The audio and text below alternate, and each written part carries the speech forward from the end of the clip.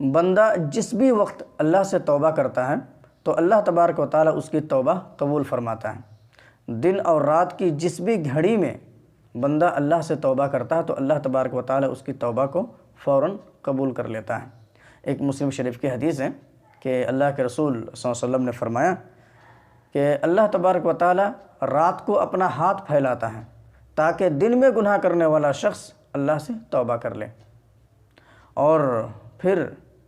دن میں اپنا ہاتھ پھیلاتا ہے تاکہ رات میں گناہ کرنے والا شخص اللہ سے توبہ کر لے، اور یہ سلسلہ اس وقت تک چلتا رہے گا جب تک کہ سورج مغرب سے طلوع نہ ہو جائے۔ تو آپ دیکھیں کہ اللہ تبارک و تعالیٰ کا کتنا بڑا فضل و کرم ہے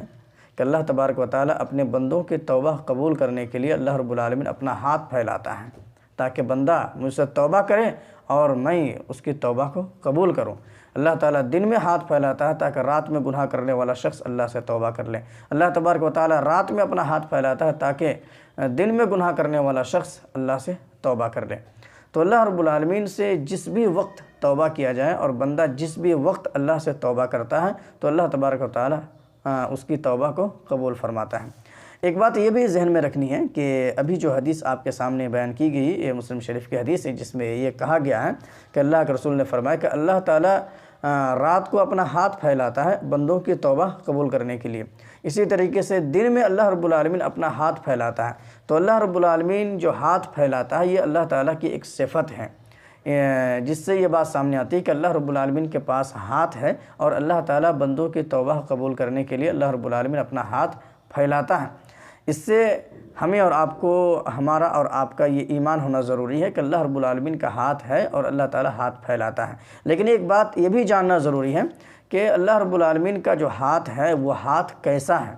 اس ہاتھ کی حقیقت و کیفیت کیسی ہے یہ ہم نہ جان سکتے اور نہ بیان کر سکتے ہیں۔